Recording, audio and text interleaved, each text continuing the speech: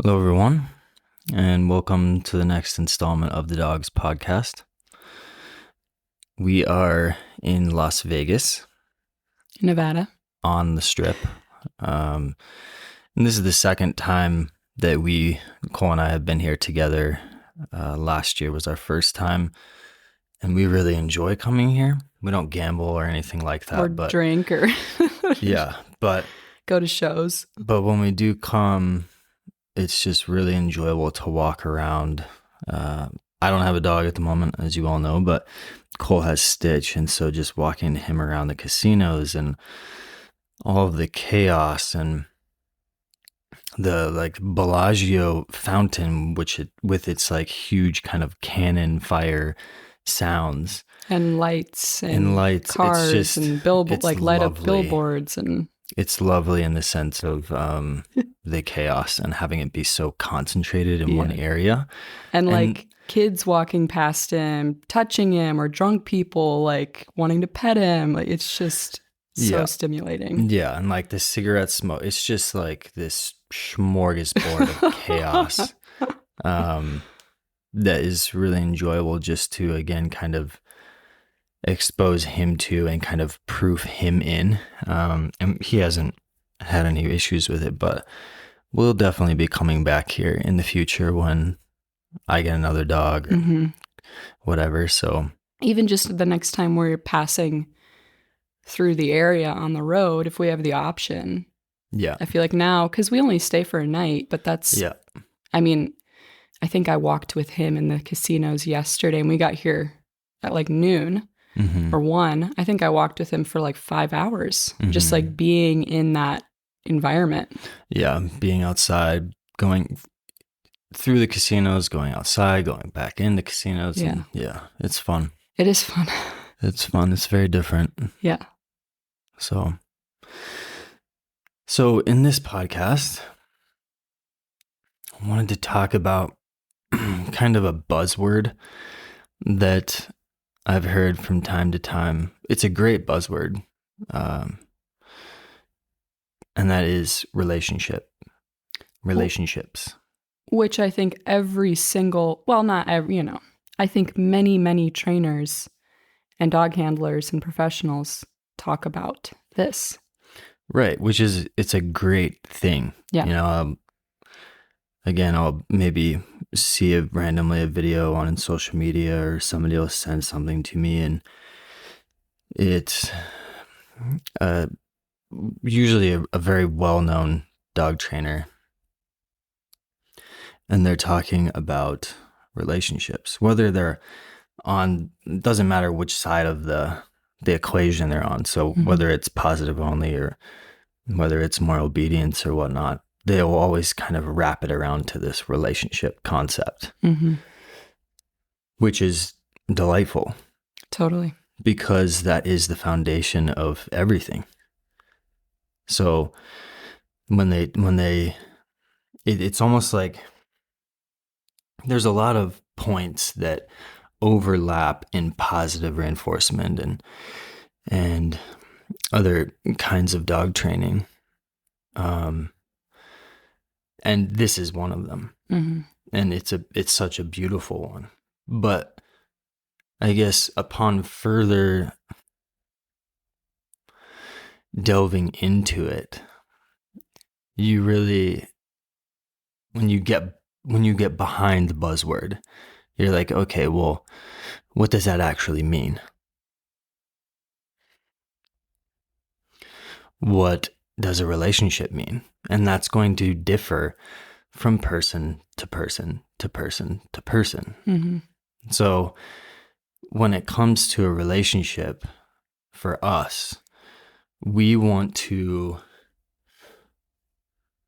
be so in tune with the dog, have their cup be so full in all of the areas,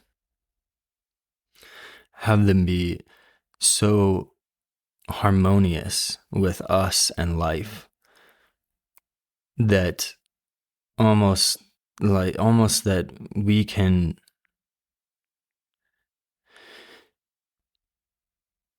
affect change in their consciousness. for the better. Mm-hmm. Through lots of feeling and awareness. And looking at how they're functioning on that deep level, again, rather than just having them execute something, having them perform this task or this trick or this obedience, whatever, Do you think that that can also be the same with like the difference between maybe a consciousness level change versus a behavioral change? Yes. Yeah. I mean, do you have, when I'm working with a dog, do I have their physical body with me? Mm-hmm. Do I have their mind with me? Mm-hmm. And do I have their consciousness with me? Mm-hmm. You could kind of think of it like that. And a lot of people will get the first two, but mm-hmm. not that last one. And that to me is, I think that one thing that is different from what we've seen over the years and why we kind of work with dogs the way that we do is because of this fact. Not to say that those other things are incorrect or whatnot. Right. It's just a different way of going about it, which is like there's different ways of going about relationships, period. Right. Between like human to human, you mean? Exactly. Yeah. So you can you can be in a relationship that is seemingly like from the outside very healthy, mm-hmm. but then underneath the hood, you realize that person, one of the people in that equation, or let's say the dog, is moving through life with their handler or their boyfriend, whatever, girlfriend. And there's like emotional abuse. Mm-hmm. There's more maybe physical, mm-hmm. right? Or maybe some passive aggressiveness. Or neglect. But you see them executing it. Right. You see them moving through life and they appear to be very obedient. They appear to ... Be very happy in the relationship. But meanwhile, there are other things. And this isn't to say that we walk around and are thinking these things or necessarily even feeling these things. These are just observations that we've made over the years and points of kind of self-reflection that we've made over the years of observing different relationships and then just watching. And then watching some more and seeing how it unfolds, seeing maybe where there's a breakdown, mm-hmm. where there was a misstep, right? And it's not to point at the people and kind of poke at them. No, because we do it to ourselves too. It's more, it's been a process of quote unquote perfecting our relationships. Right. And using those things that we have observed as stepping stones to better ourselves so that we can have better relationships. Right. I think it's like, I think this consciousness level it's maybe more subtle and more challenging to pin down as exactly what it is. But it's almost like when you're in a relationship with whatever other being is on the other side, and you may be moving through it in a pretty peaceful way, but then there are moments where there's like deep confusion or pain that comes up, at least in my experience. And then it causes me to reflect, like, why is it coming out the back door? Like, why is this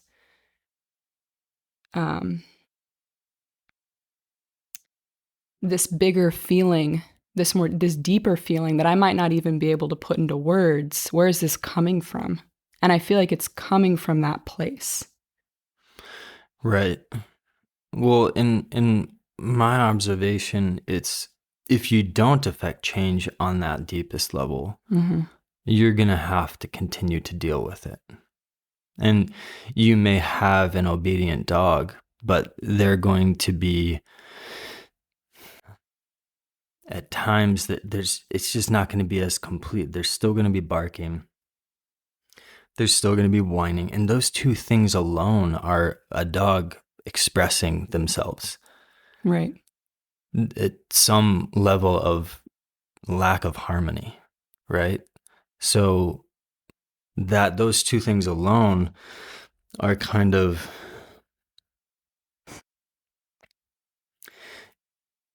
signaling that something needs attention. Like they're literally calling out to you. They're literally calling out to you for guidance and attention. So, yeah. And so if you work with a dog and you bring them to, you affect change on that more deep level, that consciousness level, not necessarily the mind per se, or the body, then you render them more complete.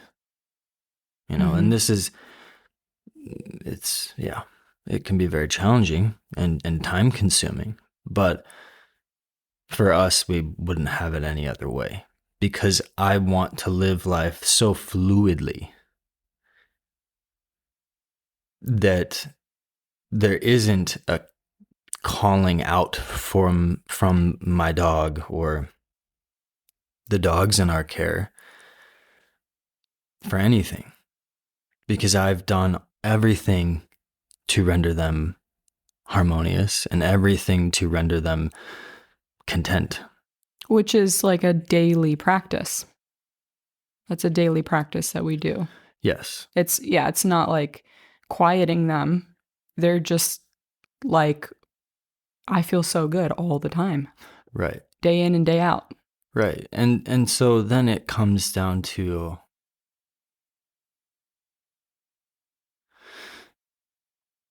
not only the relationship that you have with your dog or that these trainers are talking about, but then for us, it's the relationship that you have with life and things and happenings in life. Because if I was somebody who's very stirred by this or what somebody said or what somebody did, blah, blah, blah, then I'm being stirred and I might not be expressing it through ... but there is a stirring inside, which means now when I'm interacting with my dog, there is effect in that relationship. There is something affecting that relationship.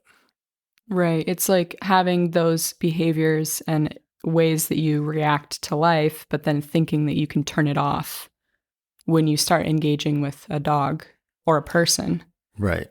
That can be very challenging. Yeah. And so it's almost like the relationship begins with us and how stable we are, how we are able to maintain our enjoyment in life, our quote unquote happiness in life through the ups and downs. That is more of what I'm talking about in terms of consciousness. Because if you're able to maintain your consciousness in your energetic state, your whatever state, in enjoyment through the despairs that happen in life, through all of these different things, then you'll be able to be there for the relationship that you have with this dog or whatever, or other relationships in a more 100% kind of way. And so that is a very big practice. It's almost like, I don't want to say like a more honest way, but there's no switching personalities almost.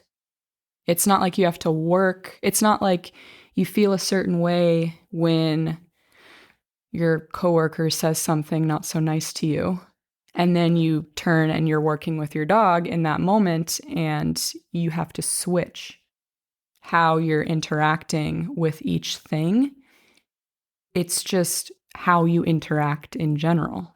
Yeah, it's how you move through life. Yeah, so there's no like, oh, now I'm being present and conscious, and now I'm being my other behaviors. Mm-hmm. Yeah.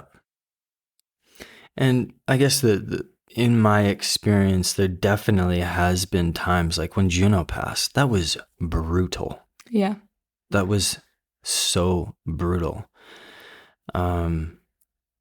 But it didn't affect me on a fundamental level because I knew like it's just life. And it was excruciatingly challenging. And I mean, you showed me a reel that you made, which we'll probably be posting soonish. And like, I just started bawling. Mm-hmm. That was so tough. It is so tough, but it's not, it's almost like the physical body and the mind are expressing that difficulty, but there's a layer that's beyond that is stable. I don't think we've talked about enjoyment in a conscious way here. Mm-hmm. I think maybe that might help people, because the way that we perceive enjoyment is different than maybe how other people perceive enjoyment. Yeah, and you're getting to it right now. Yeah, to me, enjoyment is non-fleeting. It's this thing that permeates life. It's the undertone of everything. And that's what it is to us. Mm-hmm. It's unwavering and full of trust and full of vitality and full of contentment. Would you say it's on the more consciousness level? Yeah, absolutely. That's where we put that word. Yeah, it's not something that, it's not on a mental level. It's not on that level. I think like, it's not like something you can put your attention on and then it is sustained, you know, because the mind is so fleeting, right? It's so, it goes all over the place. It's at the will of the senses, more or less. But you can get beyond that, and you can have a state of existence, and doesn't matter what being you are, you know, you can help your dog to a state where it's just, there's just completeness. There's just that enjoyment that permeates their life, it permeates their physiology.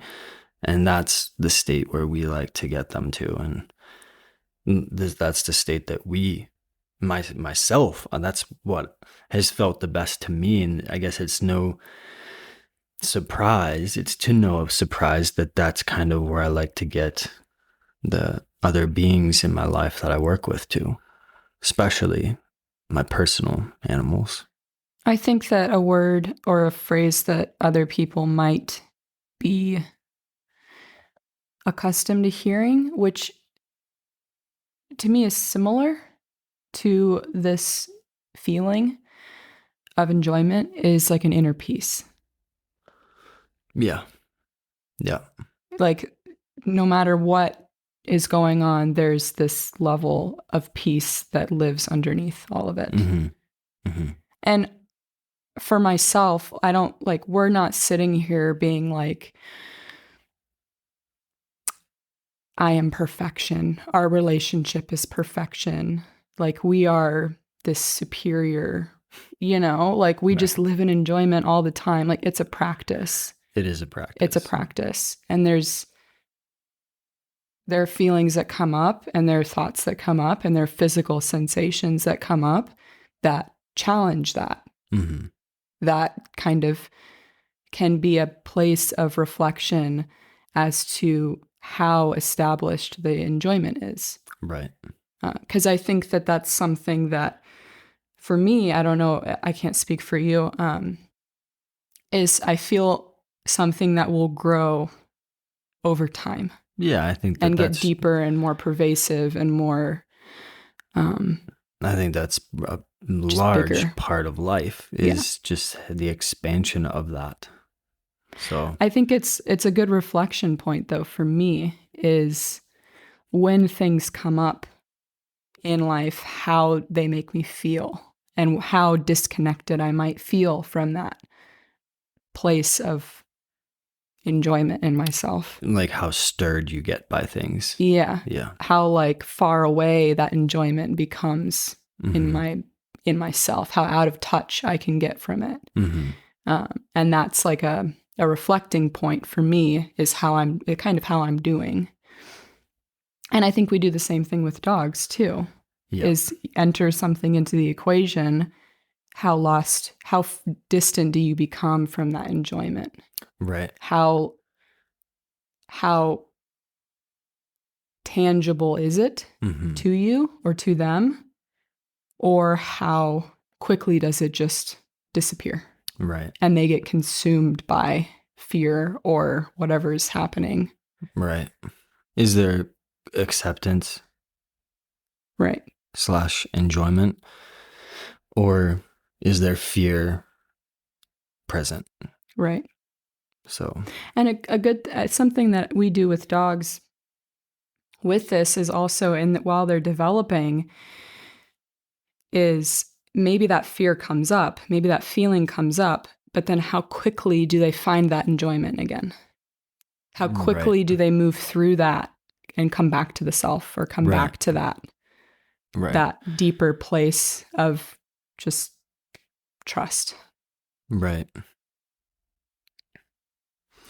Yeah. So relationships, they're just it's such a big topic. And so again, coming back to it being kind of a buzzword, now when I hear dog trainers talk about the relationship, I'm like, well, what relationship are you talking about?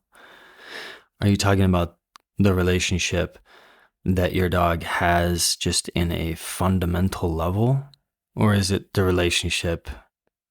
What is your definition of relationship? Because somebody's definition of relationship could mean that they just have a wife that obeys what they ask them to do. And that's what they want. And that is a healthy relationship to them. And then on the flip side, you could have someone who has an open relationship.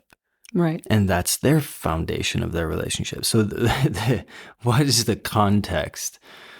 What are the ingredients of the relationship that dog trainers are talking about, you know? Like, what are they looking for? Yeah. Is it just looking for an obedient dog that is fine with whining and barking and doing this, or who knows what, you know? Right. But for me, it's that, because I heard that term be brought up. And again, I think it's beautiful, because I'm glad that people aren't just focusing on more of the quote unquote old school way of just hardcore obedience, and they don't even mention the word relationship. Right.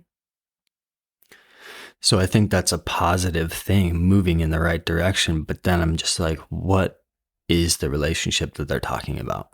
Right. And then also, how are they getting there? How are they building that particular relationship that they are talking about? That's a very large factor, you know? And again, as you know, Cole and I are not in either camp. We're neither positive, and we're also not negative. We'll just call them that, maybe. We're in neither of those camps, and we're not really necessarily in the middle one either. Which we're not a combination. The kind of combination. So we're definitely a little bit outside of the box when it comes to this. But if you're familiar with those techniques, then you know what they consist of. And you know, maybe if you are working with a trainer, or if you watched a trainer, then you're aware of, on an observation level, where they get their relationship to and what they define as a relationship. And the tools necessary to maintain that relationship, and so on and so forth. So you can kind of look at it less from this fluffy word relationship, but maybe look at it a little bit deeper and be like, okay, what is the expression of the dog in life? And how does that line up with the relationship that you want to build as a human? You know, what is your relationship to life itself to a degree? Like, do you distract yourself with things in life when it gets hard or challenging or whatnot? Or are you more hard on yourself when things come up? Or maybe if something comes up, you're easy with yourself, but you're able to sit in it and let it flow through you and feel those things, but then carry on with life without letting them consume you. Exactly. Because you can sit in that and then let it consume you. Right. That's not what I'm talking about. Totally. Or you're maybe a person who has that experience. Right. There are like so many possibilities. Yeah. So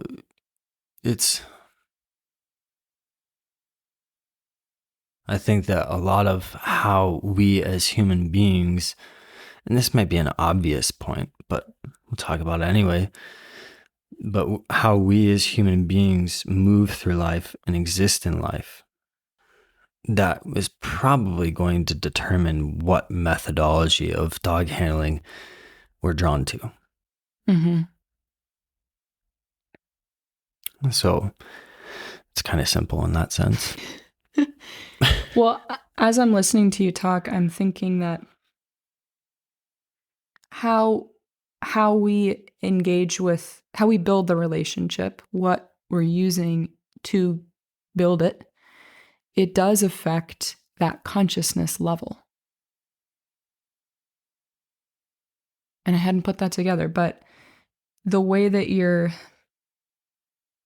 like, you could think that, oh, I'm just dealing with the physical body and the mind, and that's where you're at with what you're doing.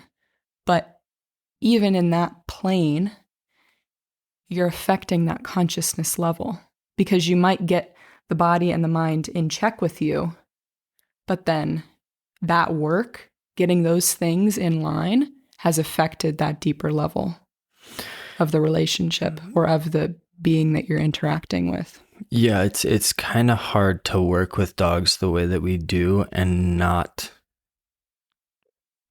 have it touch that more deep level.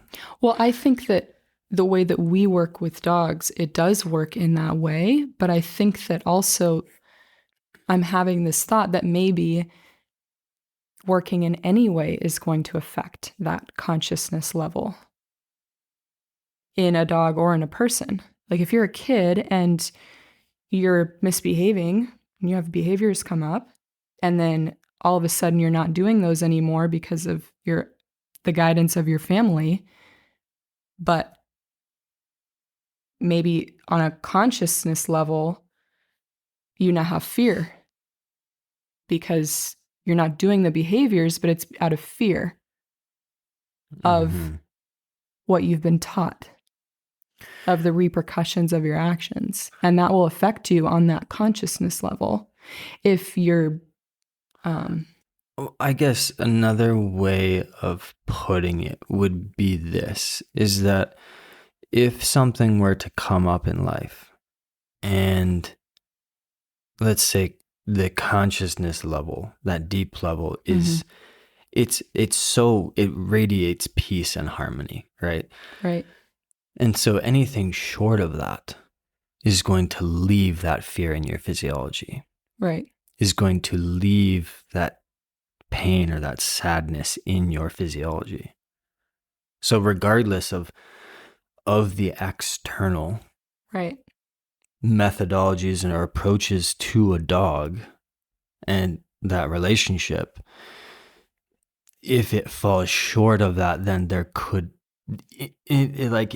it falling short is the effect, not necessarily the effect, the input. Does that make sense? Yeah, I think so. So if you work with e-collars and like every once in a while you have to scroll up to like an 80 or a 90 or 50 or whatever, that just depends on the sensitivity of the dog, because a 30 could be extremely sensitive or painful for a dog or startling for a dog, and so then you get a yelp out of them or whatever. But so regardless of that, it's not bringing the animal to that most harmonious state. Right. It's, you're getting the mind, you're getting the body, but you're not getting them to that deeper level. But I think that you are affecting it. It's almost like, what are you? You're affecting it because you're not getting there. You're affecting the consciousness, because if you always get, if 80, let's say if 100 is that most complete consciousness state, right? 100, okay. 100. If you always get your dog to 80, then that's going to be their existence, which means there's 20% of a lack of harmony that they're not experiencing. So just by not getting there the whole way, is affecting that change, that consciousness and the dog's behavior, because you're just falling short every time. And that's why when you work with any dog, and that can be in the gentle method as well, you can fall short there as well. Right. Because if you're just going through the motions, your dog has this fear come up, and you take him into step 1, or maybe you've got access to more of the exercises because you've practiced them, and you don't feel them get to a better state or the best state, and then you stop, well, you know what you're doing. You're falling short. Like, you can mess anything up. Yes, exactly. Even the gentle method, people can mess it up. Exactly. So, but you're always affecting change in consciousness. It just, you're either doing it in a positive sense to a degree, or you're just doing it to a mediocre point or degree, or less than that. So could you say that, like, another way of looking at this is that it's what you're filling that consciousness level with? Like, we like to fill the consciousness level with enjoyment. But you could also fill the consciousness level with anxiety. Yes. Or with fear or suffering or whatever. Yeah. Or just hyper energetic energy. Like a lot of food, like positive reinforcement, like they've just got their dogs so engaged and heightened that's what they fill the relationship with. Right. And of course, like, there's times where the dog's mellow and they're relaxing and so on and so forth. Yeah. But generally speaking, when they do things, it's in this very heightened state of existence and interaction, which again is fine. It's just preference, I suppose. Yeah, ultimately. And it just comes back to us as handlers. What feels good to us is probably what we're going to be attracted to, which means that's what we're going to subject our dogs to. Right. So I wanted to share an experience that I had out with Pack. I don't know, maybe 4 or 5 years ago, we had a gal working with us, really, really wonderful woman. And she was working with one of our pack members. At the time, we were doing individual packs. So, I would walk 15, John would walk 15, someone else would walk 15 or 10 or whatever. Maybe fewer, depending on the behaviors, how long the person's been with us. And she was having this struggle with one of our pack members who's very gentle and just slow.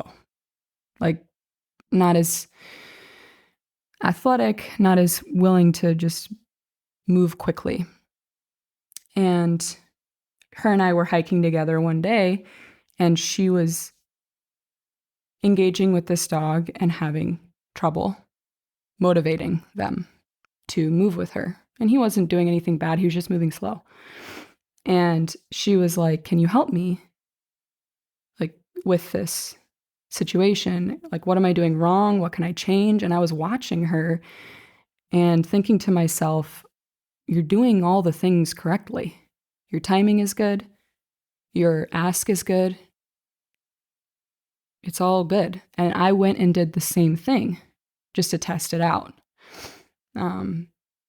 Executed the same ask in the same way. And he picked up his pace quickly. And what I learned in that moment, or what was reinforced in me in that moment that I ended up talking to her about, we had a great conversation, was the relationship that she has with that dog and the relationship I had with that dog, and where your ask is coming from. Mm-hmm. Because you can do the same thing as someone else, but the feeling behind it is different. Mm-hmm. Maybe it's coming from, there's no feeling behind it, and you're just executing, like we say in the gentle method all the time. You can't just go through the motions. You're not going to get a lot of work done. Yeah, if you just got to be the feeling behind it. And the feeling behind it becomes the relationship that you're having with that dog. Well, the feeling or the lack of feeling that you have becomes a relationship. And in that moment, it was so clear to me, because I was like, we are literally doing the same exact thing for this dog and having completely different results because of how we feel about it. And I think in that moment, she had gotten to a place where she was a little frustrated with him not keeping up. And I was coming from a place of appreciation, I guess. And she was still new and learning, and I had spent a lot more time getting to know this dog. Right. And so we were just coming from different places, but it's that same thing. It's the relationship behind it. Yeah. Yeah. And then, to that point, in getting a dog to a place to where, like, we want to get our dogs, our personal dogs, our pack members, to a place to where when somebody comes into the pack, let's say, or they go to handle Stitch or whatever, that it's pretty much the same. Right. So that there is no need for a relationship. Right. You get your dog to such a degree in life, in their awareness, in their consciousness, in their ability to feel and accept life, that they just are able to be handled by whoever, whenever. And that to us is definitely where we wanted to get all of our dogs to. And again, it's like, what is the feeling? What's the expression of the dog when they're doing that? Which also means a great deal to us. What do you mean by that? What's their expression? Meaning, again, are they nice and placid and neutral, or are they overly stimulated and just kind of jacked up because that's their state of mind when they are being worked or handled? And then that translates over to whoever that stranger is handling them. Right. We're also aware of the expression of the animal. Yeah. That's a big a big point to us. And I guess on this note, like, dogs are arguably pack animals. And obviously science is not going to back that up. Right now. Right now. This is true. A study could come out tomorrow and this is true. Blows it all out of the water. Yeah. It doesn't seem like that'll be the case. But anyways, dogs are arguably pack animals. I've traveled the world and I've lived in different areas long enough to see that dogs actually do pack up, fend for food, they have territory, and so on and so forth. And we don't want to think of our relationship as a pack because we don't want those boundaries. Mm. And if we were forced to think of our dogs as a pack, or our relationship with our dog as a pack, then our pack would be the universe, not our home, not this territory, not me and you as we move through life. Yeah, we're the pack, and then there's the world. Yeah. We want the world to be our pack. Yeah. Or maybe just extend that out to the universe. But that's also how we feel about life. Correct. Which is coming back to your point that you were making earlier. Yeah. Is like, we want to be able to interact with whoever on this planet. Whoever or whatever. Yeah. And have it be coming from more of a connected place instead of a separate place. Correct. Yeah. Yeah. So just a lot less division, a lot more harmony and unity.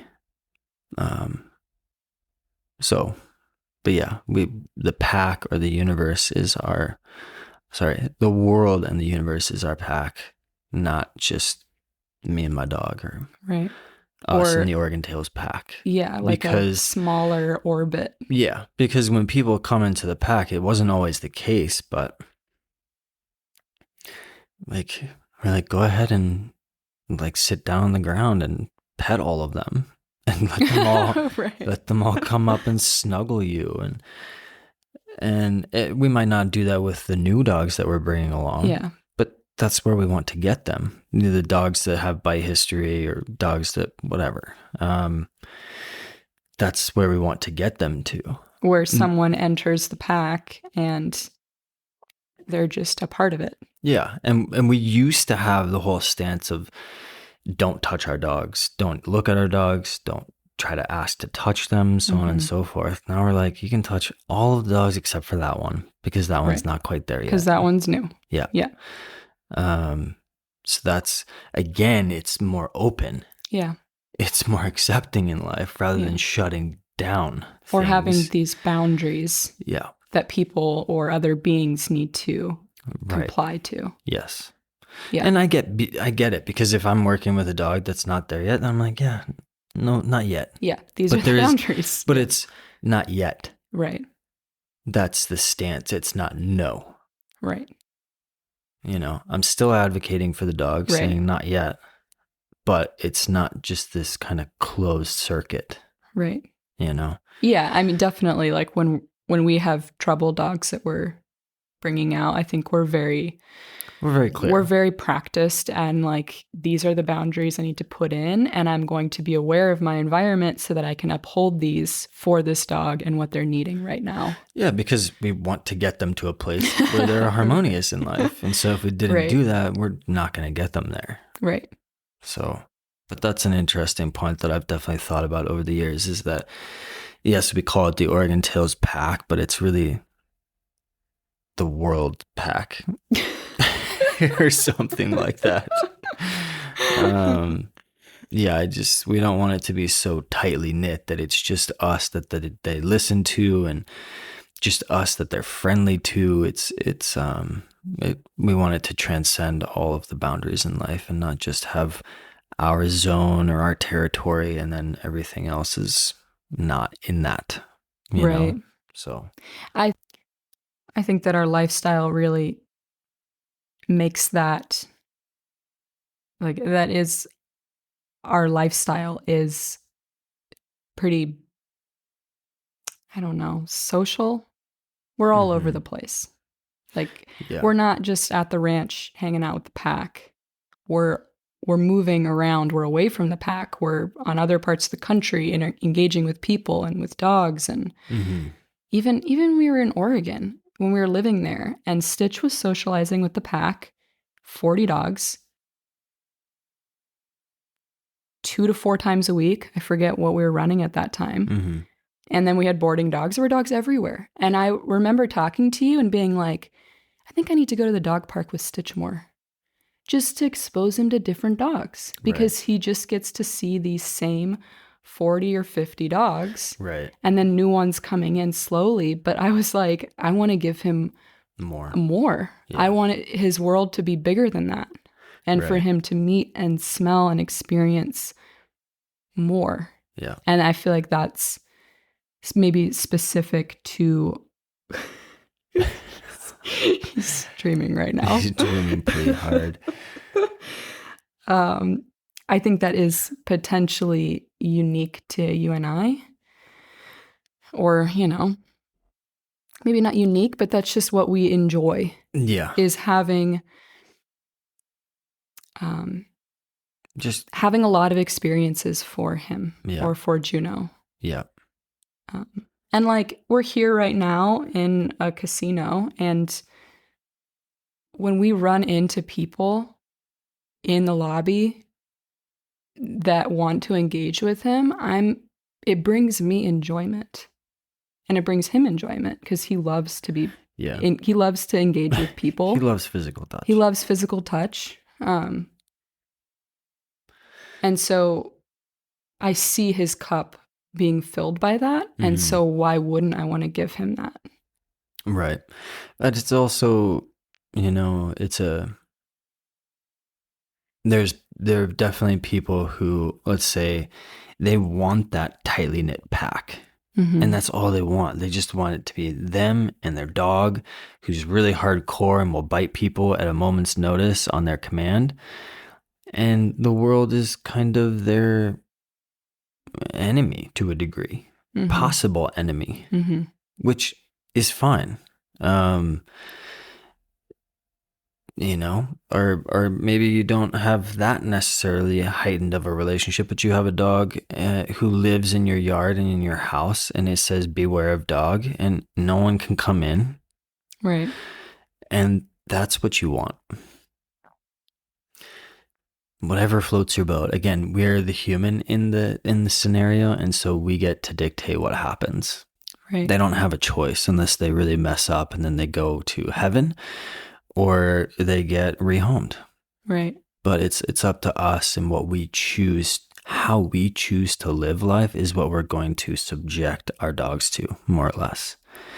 And to each their own. Right. For us, if, let's say, a dog let's say Stitch didn't find comfort in being touched, we would help him find comfort in being touched. Because there's no reason for that not to be the case. Right. Of course, people don't like being massaged, but why is that? If they remove that why, they're going to learn that actually having a massage is pretty darn amazing. Or like, there are some people that are more physical when interacting. They might tap you on the shoulder or like touch you when they're talking to you. Right. And that's also okay. Right. And I think you and I are in a place of being okay with that, whereas someone else might find that to be uncomfortable, which is, it's fine. Like, it's just expanding yourself enough, or ourselves enough, to where that we just are accepting of life, obviously to a point, because if it reaches a certain point, I'll step up and be like, no, I don't want that to happen. Right. Yeah, totally. But it's going to be, because like, I don't want you to cause physical harm to me. Yeah. I'm like, and that's where I might draw the line, of course, or physical harm to you or Stitch or whatever. Yeah. But I'm not waiting around for that to happen, or training Stitch to be, or ready. My next dog on the ready for that threat. It's kind of more just dealing with it when and if it comes. Yeah, I think we're talking about just more of the normal just activities that people do regularly. Moving through life and walking down the street and seeing a bunch of homeless people. Like, how does that affect you? Right. Or moving down the street and a kid's running up to you. And kids are screaming and there's 10 kids just going ape something. Bananas. Going bananas. Causing a ruckus. And like, how does that stir you? Do you like just, kids or, homeless people? Or is it just kind of like, that's life. Right. So, and I guess on this other note, because I just mentioned it, like getting a dog to that state to where they're essentially a weapon. Mm-hmm. For me, at one point I did think about doing that. But then I was like, there's enough anger and pain in the world. I don't want to create something that's going to contribute more of that in life. And I also didn't want to build into a dog that on a moment's notice I could say a word and then they could go and inflict some pain and to a degree get enjoyment out of it. Mm-hmm. I didn't want to create a being that was their existence. I don't have a problem with people choosing that for themselves. But for me, that was kind of how I broke it down. I'm like, there's enough pain and suffering in life. There's enough people on edge waiting for the apocalypse to happen or waiting for whatever to happen, And for me, it's not a very harmonious state to live in. It's not a very accepting state to live in. And that's why I've chosen to not kind of go down that path. Mm-hmm. So, because people have asked me that in the past, like, why haven't you gotten into bite work? Or why wasn't Juno trained to just go and attack somebody at a moment's notice? And Juno would have probably been really good at it. Juno would have been stellar at it. Yeah. But I guess, in that once, I think I told this story on here. One of the times that we were kind of quote unquote attacked, like he did something about it and I didn't have to tell him to do that. Mm-hmm. It's just instinctual. So, well, I think that is something that comes up for people that we do work with where they do want the dog that protects their home and has them feel safe.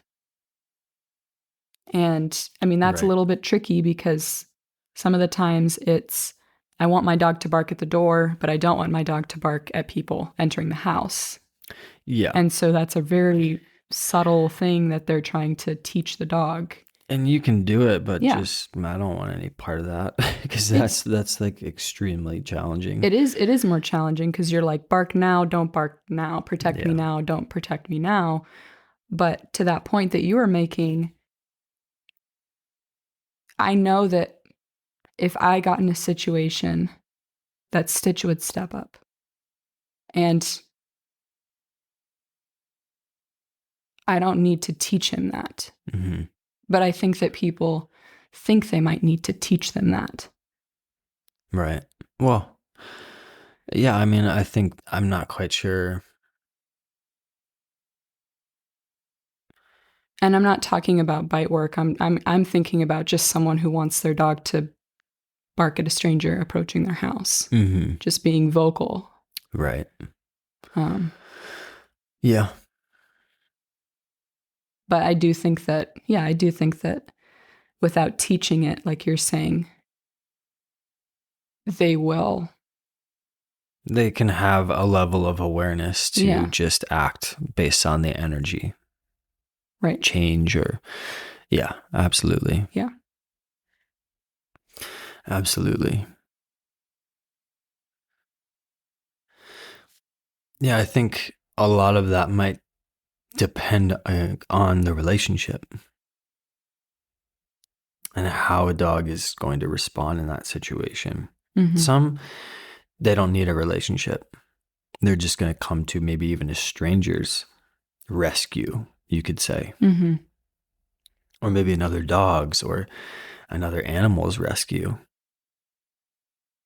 But then others, it might take more of a relationship being built for them to want to act in that way in those particular situations and warn you or defend you or so on and so forth. And not overdo it. And not overdo it necessarily, yeah. Yeah, I think that's a big factor in it too, or can be a big factor in it rather. And I guess on that point,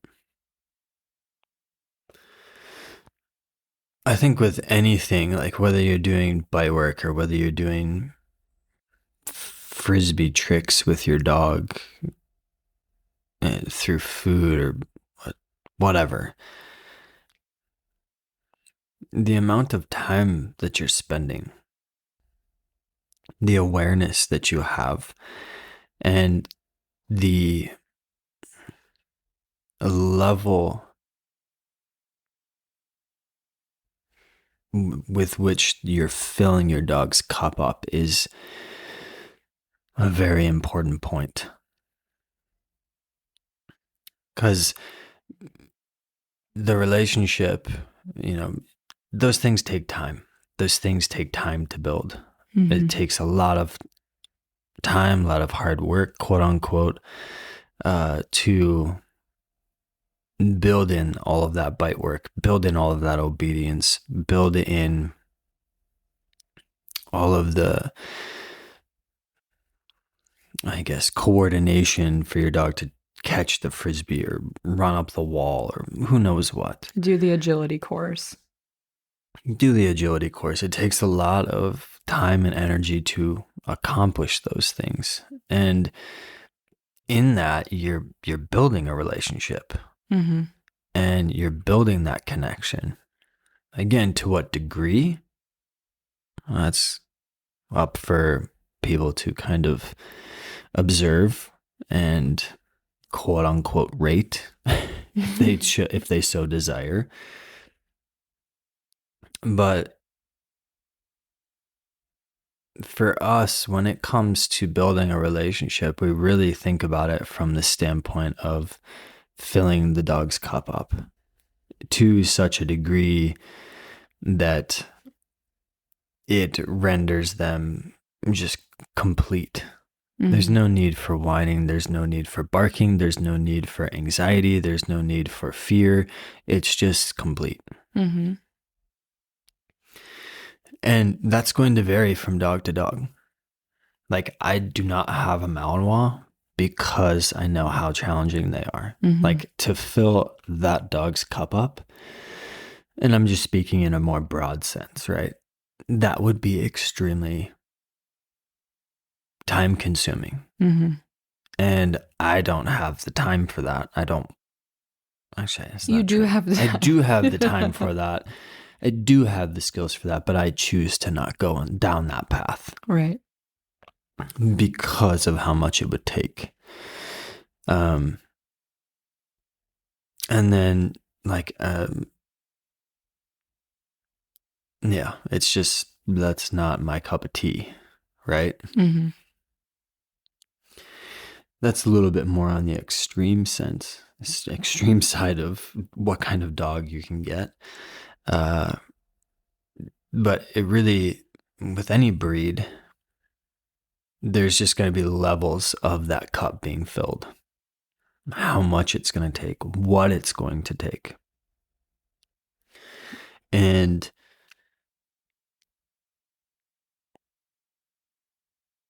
that for us is, like I was just saying, like that is we're not going to bring a dog into our care and not fill their cup up to that degree, that fullest degree, that there is no whining, there's no barking, there's no need for a crate. If we use crates, we don't, but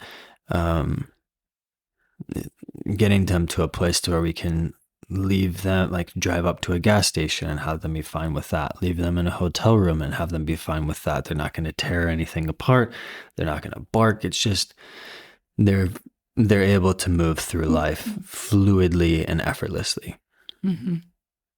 And for us, that comes with filling their cup up to such a degree that wherever you put them, whatever you ask of them, they're cool with it. Giving to them. Correct. Yeah. Yeah. And like I just mentioned with like a Malinois, for example, such a high drive dog. That those kinds of dogs just consume life to such a degree. It's beautiful to see. But because they consume so much of life through their senses, they need so much output as well as input. If you fall short of that, then you're going to have something that's really not fulfilled. The cup's not full. And so they're going to bark, they're going to whine, they're going to be maybe reactive, they're going to be aggressive. And the same thing goes with any dog. Yeah, I mean, I'm just using them as an example. Yeah, this could be like it could be a Chihuahua. Yeah. If you don't fill their cup up, then they're going to have some anxiety. They're going to have some aggression. They're going to have some reactivity. That's across the board. So it's really for us, the filling of the dog's cup, filling of the relationship, their relationship in life so much so that they're good. They're a good dog without they're a good dog and they bite people. They're a good Right. dog and But they want to eat this or so on and so forth. Yeah. Well, I think that a point that we continue to bring up with people that we work with, and something that like we're reflecting on this fulfillment piece. I mean, I am right now with Stitch, and I know you are with Stitch too, even though he's technically not yours. Yeah. Every single day. Yeah. Every single day. How am I going to fill his cup today? What's our schedule looking like? Yeah. And what's that going to look like? What's his day going to look like? In comparison to ours. Yeah, so that he is full. And there are days, we do long road days. There are days when I'm like, well, buddy, like you're only going to get an hour in the morning and an hour in the evening because we're driving 10 or 11 hours. Yeah. But those days are maybe 4 a year. Or maybe 45 minutes and 45 minutes. Right. But yeah, we're if that was consistently happening, we would pivot in our life. We would change things in our life to accommodate filling his cup up more. And that's what we do. And it's getting to know that specific dog and where they're at in their development, what they enjoy, what they're needing physically due to their behaviors, their breed, their age, who they are. And then that it's dynamic. It's a dynamic process is something that I've learned having him in my life, which is depending on where he's at in his age and in his behaviors and in just where he's at during that time, that determines what I'm going to be giving to him. Right. Yeah. Like, for example, he is where he's at now, so he takes a lot less. But if it was like 6 years ago, we wouldn't be able to do long road days and get in and then go to bed. We would have to change our schedule. Right. So if we drove 12 hours, we would need to work for 2.5 hours, do something for 2.5 hours and then go to bed. So it's just, yeah. So some people have dogs who they run them 5-6 miles a day, maybe even more. Right. Right. But that's not filling that dog's cup up. Right. Completely. It's draining them. Right. To such a degree to where they don't terrorize their house when they're at home, they're left at home, or maybe they're quiet when they're in their crate. But it's not rendering the dog complete necessarily. It's just rendering them tired. Right. So there's so many fine points to it, because and this comes back to connection and what relationship you're asking of your dog. Because you could have a dog that's what you do. Right. Let's say it lives 13 years and you're a runner and you run it every day. And that's the relationship that you have. And that renders them easy to move through life. And that's great. Well, I think also... But if you remove that running, then what would happen? Right. Or if your life changed. Or if your life you changed, moved somewhere different, right, or you had a kid, like how is the dog going to adapt? Exactly. To those changes? And then how are you going to adapt to them? Right. It's a very big point. It's also like with Stitch, you mentioned, the amount of exercise or engagement, fulfillment on a road day. It is different as they change, because if we brought a puppy here, to where we are right now, they would be smoked in an hour. An hour for Stitch here is nothing. Is whatever. Yeah. Because he's so seasoned with life. Totally. And so that's another part of it, is like you can have a dog that's newer to experience, and then what they need is different because of how much input they're taking in from the environment. And then have a dog that's maybe older that can maybe ride in the car for the day and not need as much, but consistently, I have to, and I know you did this with Juno, I have to be more conscious of having his day be more dynamic and interesting, because life is normal to him. Like there aren't a lot of things in life he hasn't experienced. Totally. Like maybe if he was able to go into a zoo, right, that would be something different, or like a safari, but like he's pretty... Right. Yeah, I mean... He knows what life is about. Yeah.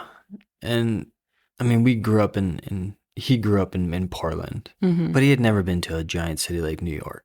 Right. And so I was like, we took him there, walked him around the city, and that was great. Yeah. And then I went to DC, which is Washington, DC, has totally different energy. I mean, it's arguably the capital of the world. And so I wanted to bring him there so he could feel that energy, you know. And Juno was there too for those. Yeah. So it's thinking about it in that sense, most definitely, is it's very dynamic and just very aware of the dog and how fulfilled they are. Maybe they just get walked around the block, and that's their existence. That's all they get for their whole life. They have like a 5-block radius. And, a dog in that situation, they can maybe handle that, because every once in a while, a new dog moves into the environment and pees on the bush that they get to walk by. And they're like, oh, they get to smell that. And that's one dog. And that's beautiful. And that's what they get, because that's what the humans can provide for them. But for us, it's just, as you can tell, like we're very expansive at this point in our life, with how we manage dogs and how we bring them along and things that we want to expose them to, and so on and so forth. And the same thing with Merlin. It's like, I want to take him places and give him the exposure in life. It's the same thing that I did with Juno, but just with a giant 1,000-pound animal, which is quite a bit more challenging. But the same intention is there behind it. Right. It's not just to be in our own little zone and not kind of be a rotation in life. But that's our desire, and that's our desire right now. And that could change in the future. And you could be somebody listening to this and all you do is walk your dog around the block or a 5-block radius. And that's all you can do. And that's great. But if you're that person and your dog maybe has behaviors that aren't so awesome, it might be that this is a factor. That their cup is not full enough. They need more than that 5-block range. They probably need some more things than that. Obviously, you need to maybe have better skills, or whatnot, or understanding or awareness, of course. But maybe they need more exercise. Maybe they need more stimulation. Maybe they're not being socialized, and that just is nagging at them. So who knows what the case may be, but for us, there's no ceiling on what we're willing to adapt to in our lives to accommodate a dog.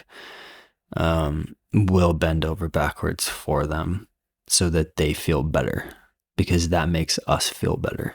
Totally. So there's no boundary to that. Right.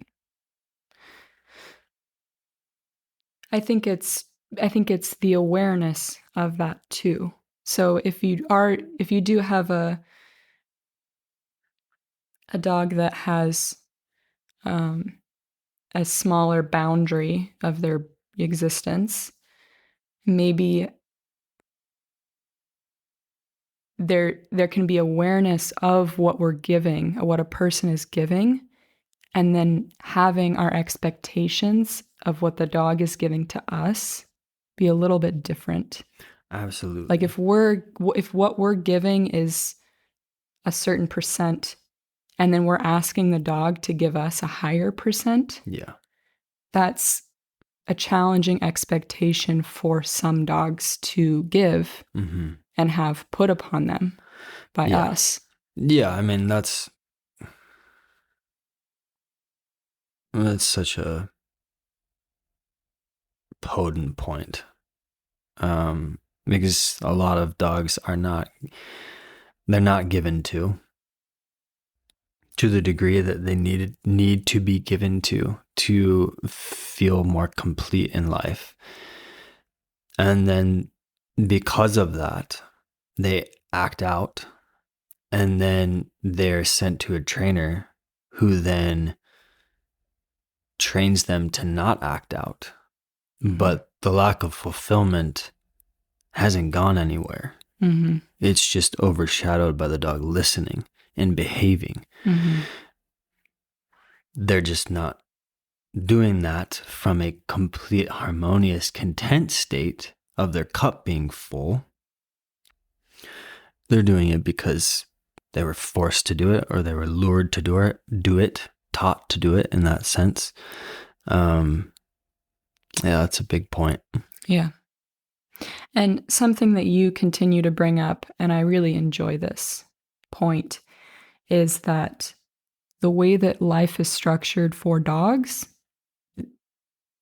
domesticated dogs, is that they can't go do it on their own. Like you will say that we are the dog's outlet to the world. We are everything. Yeah. We are their everything. Yeah.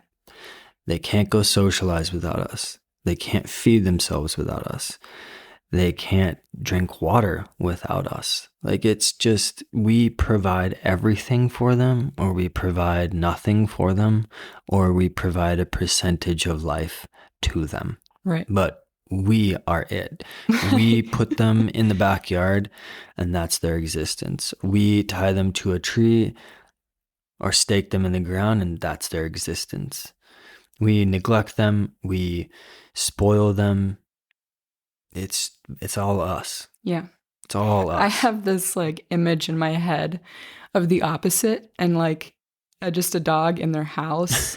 Like, oh, I think I want to go hang out with my friends. And they just walk out the front door and walk over to the park. Like, they can't do that. No. I mean, they can, because some dogs do jump the fence and just go do their thing. There are some dogs, yeah. Like, I'm talking to my stepdad, Bob, and he was talking about his dog when he was a young kid growing up in the suburbs of Philadelphia. And the dog would sometimes sleep inside, and then other times it would just be outside. And it would wander the neighborhood, and everyone loved it. It would go and play with the kids and get along with the other dogs, and people would feed it scraps of food from their house through their window. And like the dog just wandered the neighborhood, and it was loved by everyone. Right. All animals included in that. And so it does happen. That was also a long time ago. A long time ago. It was like 50 years ago. It's plus. So things are definitely a lot different. Yeah. That dog would get caught and thrown in a shelter or something like that. I don't see that often anymore. No. Usually when it's that situation, the dogs are pretty feral. Yeah. And that's not exactly a harmonious state of existence to be living in. But yes, life revolves around us for them. Mm-hmm. Which is such a beautiful thing, but it also can be a pretty nasty thing if depending on the relationship and depending on how willing the human is to bend in life and be flexible in life and shift their life around to accommodate the being that they brought into their existence, the being that they brought into their life in the form of a dog. Yeah. And it's different too, because I don't have a child. To me, Stitch is the closest thing to a child. And so I will sometimes in my mind compare children and dogs. And if you have a kid, you are their world until you're not. Until you grow up, you slowly get more and more freedom until you go and experience life on your own.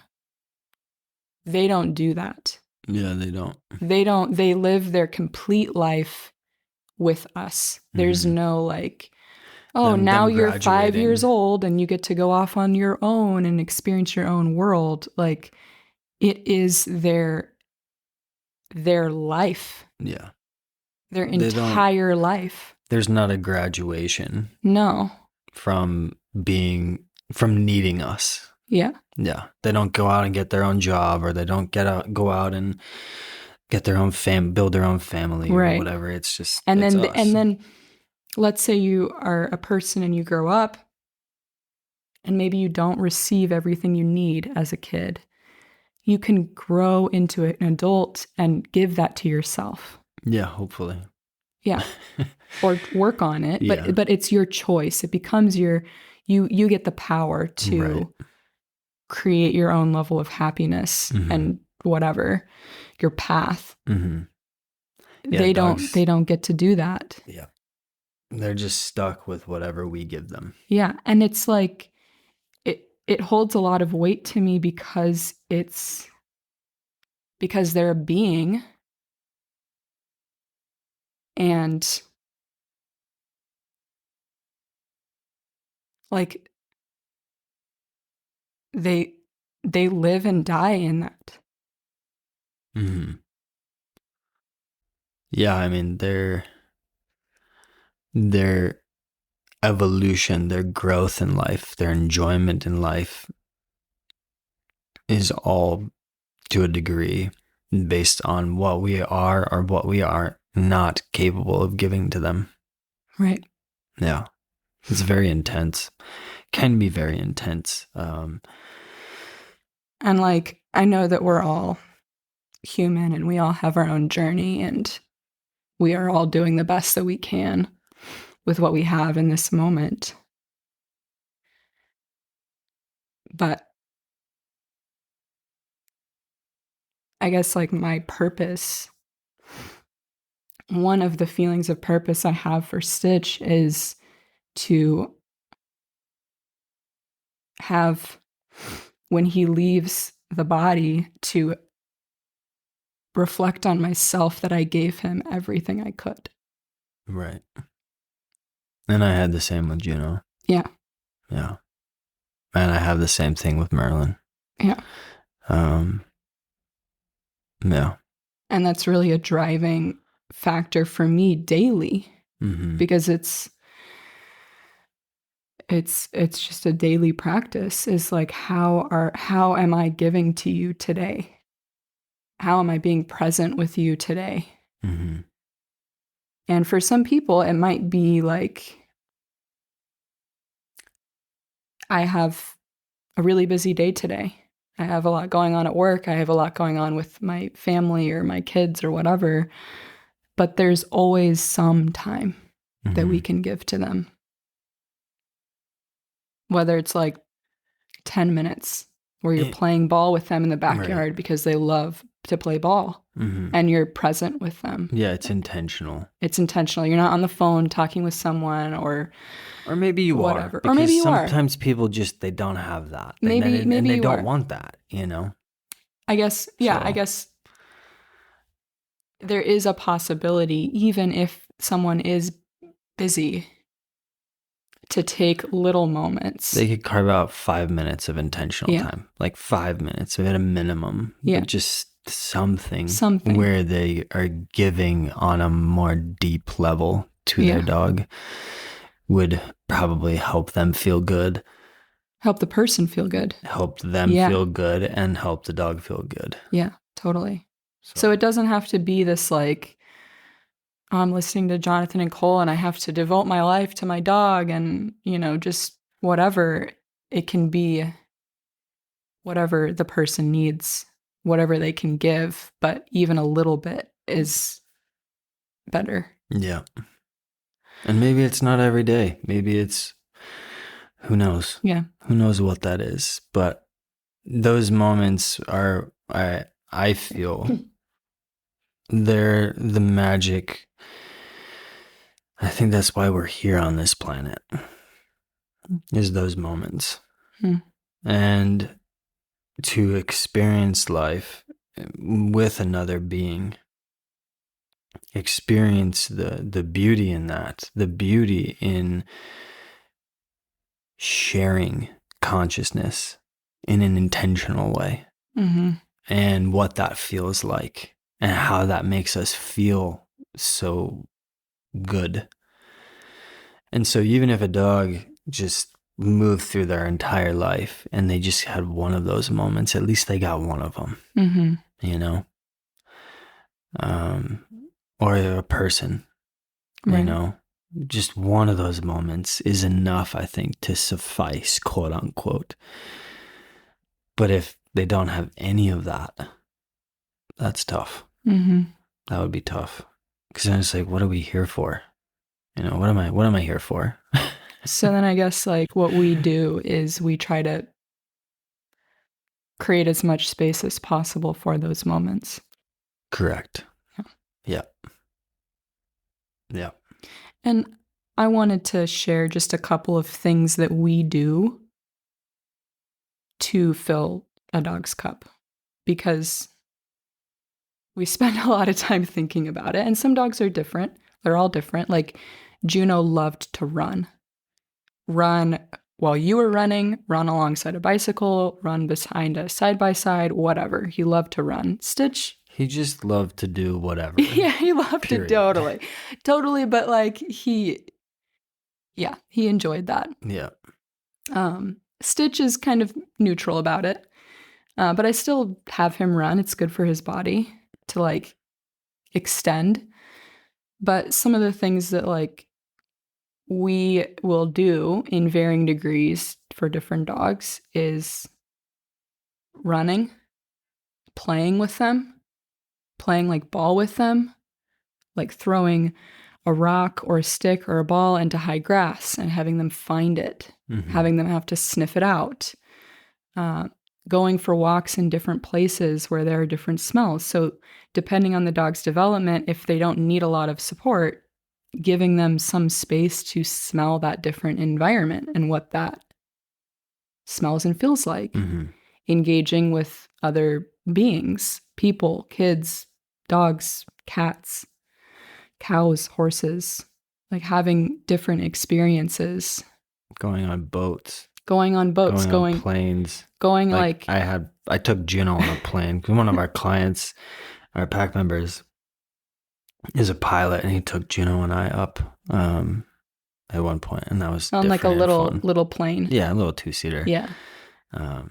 But it's like those. There are moments that are like exposure, where it's like, oh, here's a cow. Like, let's meet the cow. Yeah. And then there's also moments of you really love to play ball, and I want to give that to you. Right. Walking on different trails. Walking in the elements. Walking in like freezing cold, super hot, rain, sleet. Yeah. Rainbows, whatever. Just experiencing life. Period. Yeah. But then, as you said, singling out the things that they really enjoy. Like Stitch really enjoys ball. Yeah. He really enjoys physical touch and snuggling. Like, so you do all of those things pretty much daily. Right. Yeah, like if we're staying in a hotel room, I will play ball in the parking lot when it's freezing cold when we arrive. Or in the lobby. Or in the lobby. Yeah. Taking them on different trails, getting their body moving. Like we live along a river, but when we didn't, we would go to public land and have them play and swim and experience the water, experience the beach, experience the mountain. Like, these are the things that we'll put into our days to give to them. Or when we were in Iowa, we'd drive an hour and a half to go to different dog parks. Right. And we do that 2 or 3 times a week. Right.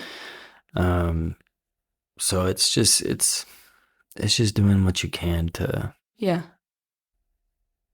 experience life. Yeah. Expand it. Yeah. Enjoy it. Yeah. But again, if you can't, then you do the best that you can. Yeah. With what you've got. And that's that. I mean, that's what we're doing too. Yeah. Yeah. Like we could look back on what we're doing now in 2 years and be like, wow, we're doing so much more, or it's so different, or whatever. Yeah. We're like going to Africa with traveling the world or something like that. Who knows? Or we're just like homebodies back at the ranch. And like, just that's what we find to be the most fulfilling again. At that point. Yeah. So. Yeah. So we're going to kind of wrap it up here, but I did want to bring up one last little point. And this isn't from me. I think this was from Ray Hunt, who was Buck Brannaman's mentor.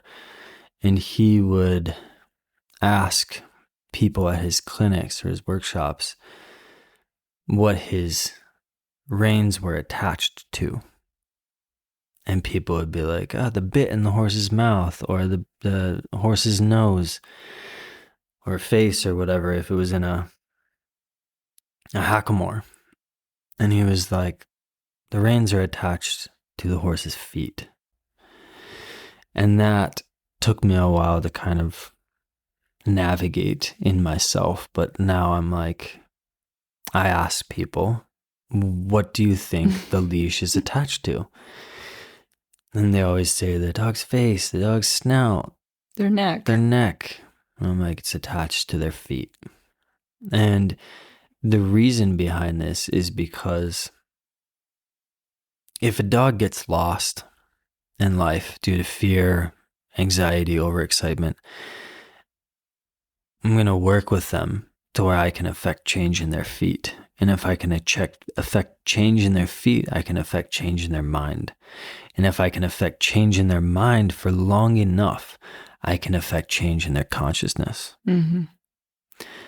And if I don't, let's say I'm working with a green dog and they get triggered and I work with them and I can move their feet, I can move them up towards things that they're scared of and farther away. And maybe I can't get up to the thing that triggers them, but I can get 75% there or maybe 25% there. Then I'm aware of that. And then I go for more. And then I go for more. And I go for more. I'm always aware of how much of their consciousness I'm affecting, how much of their mind I'm affecting, how much of their physiology I'm affecting.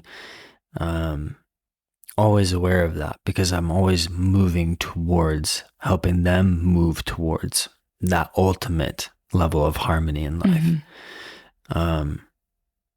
But I just wanted to share that point because when I'm working with a dog, if the leash isn't connected to the dog's feet, then I've got quite a bit of work to do. Yeah. Because if I can't move and bend them as I want at my own will, that means that they're having thoughts of their own. Thoughts of fear, thoughts of anxiety, thoughts of overexcitement. And they're essentially alone in those feelings.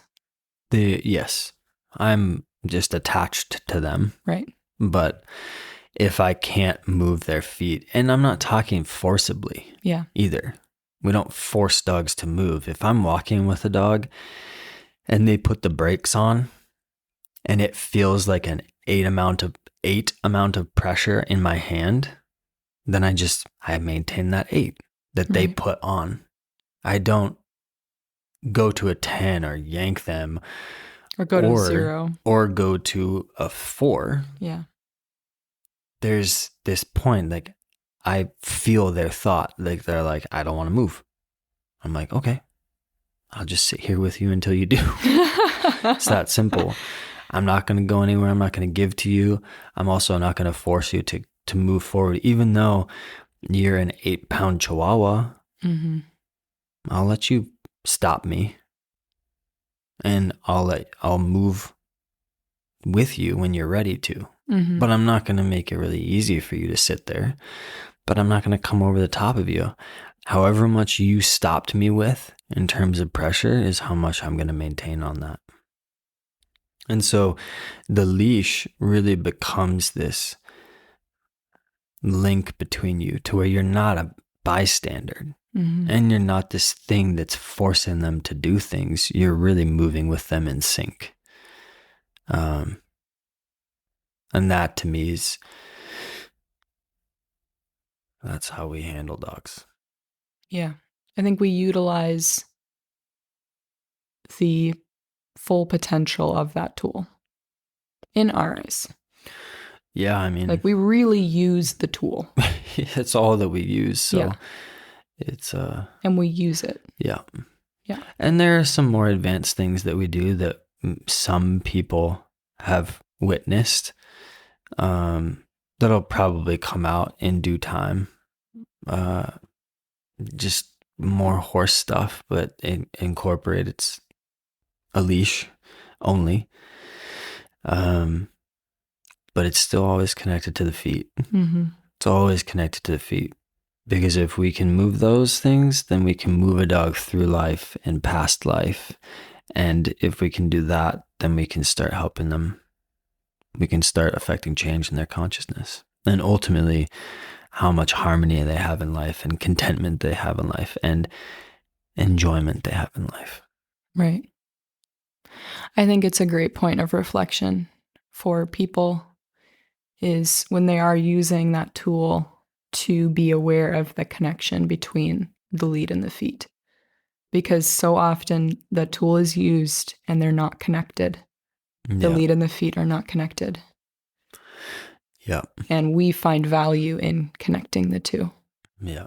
And the advanced stuff John's talking about, if you ever came and shadowed the pack, like you'll see it all. We're not like gatekeeping and like hiding all this stuff. Like it's pretty much the same as what you learn in workshops. The reason why we haven't come out with this more kind of advanced stuff, or the reason why we haven't even taught flag work yet, is because if you do it wrong, it can go south pretty quickly. Yeah. So somebody like the people need to have quite a bit more understanding of how it is that we handle dogs.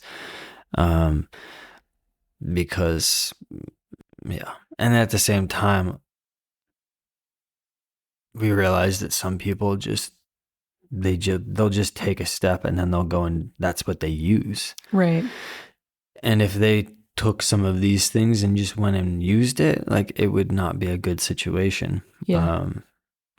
But in due time, it'll come out and it'll be potent. Yeah. It's just, building it out from the ground up, which is through the more simple things that other people might just want to bypass Like, oh, that's just too simple. I want to get right to the juicy stuff. Yeah. But that simple stuff is the juicy stuff. Right. And if you go over to just even later steps of the gentle method, if you just jump right there and you're not giving and feeling and well established in your understanding of the gentle method and what you're looking for, it's just not as courteous to the dog. Yeah. I mean, I think that you're getting a change in the dog's physiology and their mind, but not that consciousness level. Exactly. So I remember we had somebody working with us and they just always wanted to skip steps. And this was at the time of developing the gentle method. And they just wanted more steps and more steps. And I'm like, that's not coming out yet. It's not coming out yet because I want to see that you can do this in order and that your natural instinct is to go and do this in order. Yeah. And that's what you go to first, not the later steps. Well, I think that that did not transpire. It was just more push to get those further steps, which they knew were more potent. And that's, anyways. Well, I think and we've talked about this before, but it's where you're coming from with it. I think when you start at the beginning, you're coming from a place of wanting to listen to the dog. Yeah, wanting to feel the dog and where they're at, and truly having a desire to have that deeper relationship. Yeah. When you jump, it's coming from, to me, more of a selfish place. I want to affect change. Exactly. I know this is going to affect you, and so I'm going to use this. And so, yeah, exactly. Yeah. I want the change. Yes. And so I'm going to get the change. Right. Instead of, I want you to feel better and be heard and have you see me as such a wonderful part of your life. Right. Because I gave you the time to process it in the way you needed to process it. Right. But to each their own. Yep. Shiny things are shiny. To each their own. Yeah. Well, on that note, we would just want to thank everyone for listening. We want to thank everyone for their support up to now with Oregon Tales as a whole. The Gentle Method, the books, the leads. Coming and sharing time with us. Bringing us to your state. Yeah. And hosting a workshop. For us, I truly believe that we're literally just beginning our journey. It's at the infant stages still. And to us, that's really exciting and beautiful. And we just want to thank you for being a part of it to date. And we really look forward to what's to come. Yeah. And we appreciate meeting people who have a soul desire from their soul desire to get better and help the dogs in their life feel better. Like that just fills our cups so much. It's really special. Yeah. Well, on that note, thank you very much. Yeah, thank you. And we'll leave you with this quote that I just saw from Buck. And he said, "You're either in this for your soul or your ego." And then he went on to comment about it. Someone asked him, how do you know? How do you know if it's for the soul or for the ego? And he said, deep down, you know what it's for. Right. Yeah. Within yourself, you know what you're in this for. Yeah. So for those of you who are in this for your soul, we look forward to meeting you. So. Or, yeah. Or if you're in it for the ego. We look forward to meeting all kinds of people. Totally. This is true. We can manage that. Yeah. And situation. It can shift too. Totally. It can shift. Yeah. All right, y'all. We'll talk to you when we talk to you. Yeah. Thank you for being here. Yep. Thank you.